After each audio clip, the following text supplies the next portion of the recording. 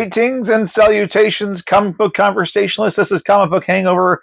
Once again, with actually, this is it's been so crazy around here. I haven't had a chance to really do videos clearly for a couple of weeks now. So I got a stack of books here. I've got weekly hauls. I've got some EC archives. I've got Lockwood's loot. So there's all kinds of books here. So we're not going to go off into a rant or any kind of a monologue. We're just going to jump into the book, starting with the stuff at the top of the stack, which is the stuff that I picked up this week. Starting with Spirits of Vengeance #6. I grabbed the Vengeance cover. I did read this, and again, I mean, this series is it's written by somebody who doesn't really know the history of Ghost Rider. It's annoying, and also, unfortunately, it has Robbie Reyes, the Ghost Driver, in it, one of my least favorite Ghost Rider characters. But and then there's Loki is in it. It makes no sense that Loki is in it, but whatever. Loki does have a really cool line when he sees Robbie Reyes. He's like, "Which Ghost Rider are you?" Which is very telling of the fact that there are too many Ghost Riders in the Marvel Universe. They need to cut back on them. But be that as it may, we do lose a long-time Ghost Rider supporting character. This one that goes back to the original Ghost Rider series back in the 70s and early 80s. But she's not a character that really was used that much, so it's not a huge loss. But there's still a really sweet cover. I mean, the one thing about this series is with all the variant covers that they're putting out with them, at least one of the covers just knocks all the other ones out of the park. And in my humble opinion, this Vengeance cover is the one that knocks them all out of the park. So I love that one. The next one on the stack, also from this week, is Return of the Living Dead #2. I grabbed the A cover. I haven't read this one yet, but you know, the first issue, like I said, the artwork was really cartoony. We haven't gotten to the violence and the gore yet, but first issue just setting everything up. You got to have your setup before you can have your fun. So I'm hoping that this one we start getting a little bit of the gore. Not expecting, you know, balls of the wall gore, but I'm hoping to have some kind of gore. And the last one I picked up from this week is Phoenix #8. Again, the only reason why I'm reading this one is because there's characters in there that I like. Nova, Richard Rider, but also Sif, Lady Sif from the Thor books. She doesn't get a whole lot of play.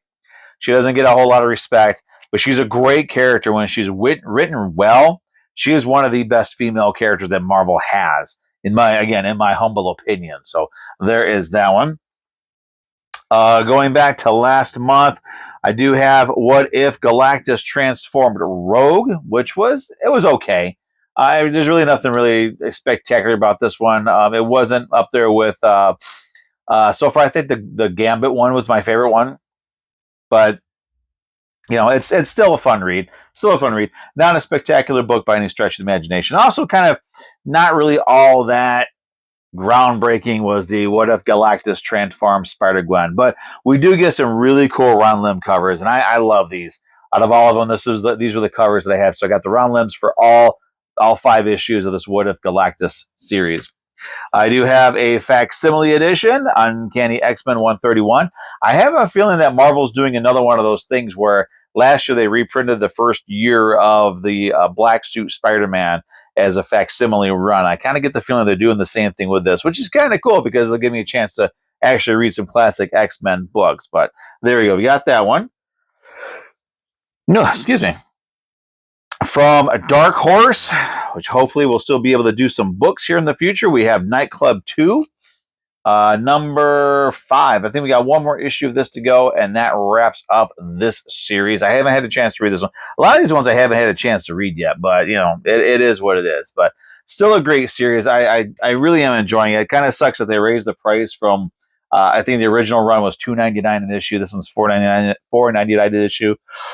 Ugh, excuse me. I think they're kind of trying to make up for the fact that they went less than they normally would for the last miniseries, but still well worth it. Really good read. Galactus. What If Galactus Transformed Moon Knight?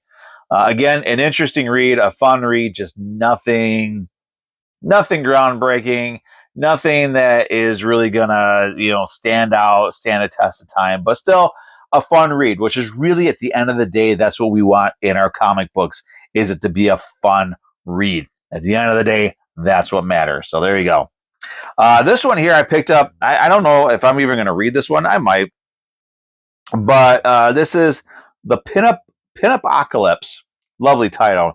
Number one is from Massive Comics. I think this might even be the first Massive Comics book that I've ever read. But I only got it because of the cover. I have no idea what the book is, but I still plunked down the money for it because it is an Evil Dead. No, excuse me, I'm yawning for some reason. But this is an Evil Dead homage cover, and I love the Evil Dead.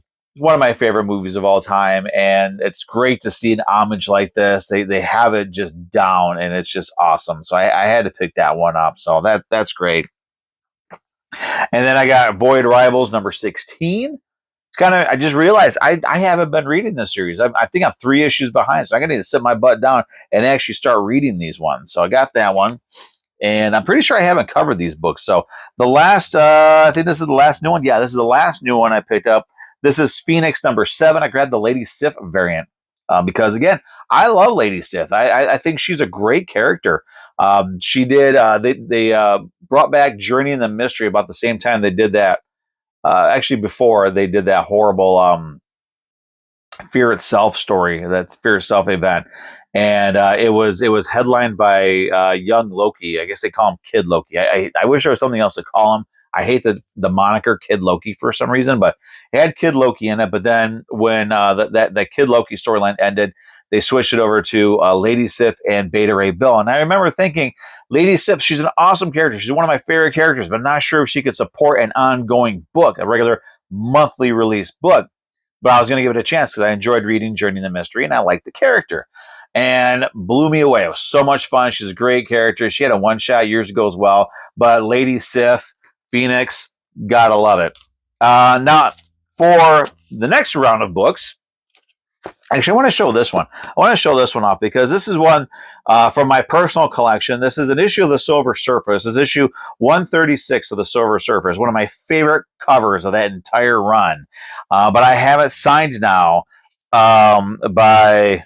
Let's see here. We've got Tom DeFalco. We have there's Tom DeFalco, Gromitz, and I think DeMatteis. I'm probably pronouncing it wrong, but an amazing cover. 3 signatures on there. I've always loved this cover. This is one of those covers that I really wish Marvel had done a poster for because it's just an amazing cover. A great Silver Surfer versus Mephisto cover. So this is Silver Surfer number 136. 3 signatures on there. So I guess the only thing left to do now for this one is to send it into CBCS. They've got that signature verification thing going on over there, so I can get the signatures verified, get it encapsulated, and I can hang it up on the wall and be happy with it. So, but that's a great cover, and it's one of the only books from my personal collection, my established collection, that I have in my possession right now. I miss my comic books. It's been, 3 years since I've had my comics, my collection, and I miss them horribly. But moving on, Lockwood's Loot book. So Lockwood's Loot, I haven't done one of these in a while. Lockwood's Loot is a good friend of mine, Cody Lockwood.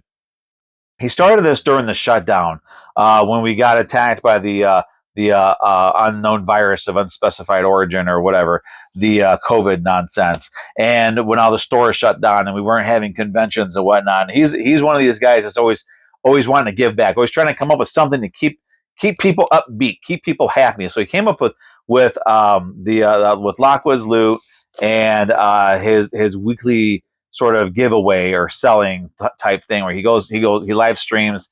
I don't think he does a live stream anymore, but he used to live stream on his Facebook page and he would sell various books. And over the years, I've gotten a lot of great books from him and sold some great books to him as well. But he just does it on his regular Facebook page, like every Friday or something like that. He lists a bunch of books, lists the prices, always fair prices, and he's a good guy.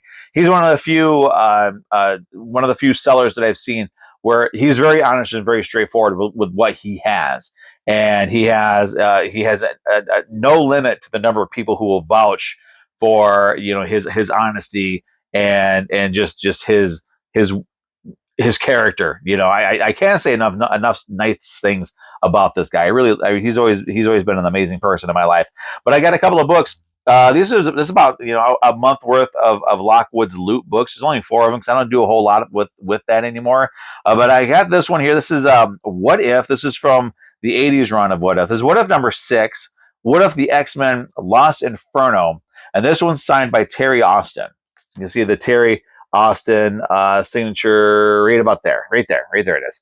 So this is going to mark the 3rd Terry Austin signature I have. I've also got the Awesome Slapstick. If anybody remembers that character, I have, I think, issue 1 signed of that one, and there's a Ghost Rider cover that I got signed by him. So those ones, this is being added to that stack of Terry Austin signatures. Moving on, for some reason, I decided I want to try to get the full run or most of the run of the Marvel Age series. So thanks to Lockwood's Loot, thanks to Cody Lockwood. And I'm not expecting these to be in a perfect, great condition, just passable condition, you know. I guess you used to call it near mint condition. But I have Marvel Age number 17 with Muppets. This is, I think this is Muppets Take Manhattan. So I got that one. And then I picked up from him the special summer issue. This is Marvel Age number 53 with some Marvel babes on the cover at the beach having a good time. So there we go. There's 2 more Marvel Ages for my collection. I also picked up from him the 8-Legged Freaks comic book adaptation written by Marvel Wolfman. I am going to read this. I do enjoy 8-Legged Freaks. I love it because it's a cheesy, you know, campy movie, and I love those kind of movies. Those are some of my favorites. But I'm really curious to see what this sort of this adaptation is all about. So there is that one.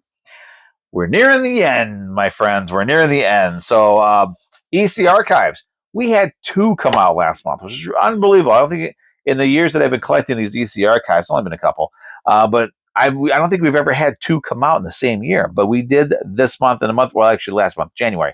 We had Crime Suspense Stories Volume 3. This one, collecting Crime Suspense Stories number 13 through 18.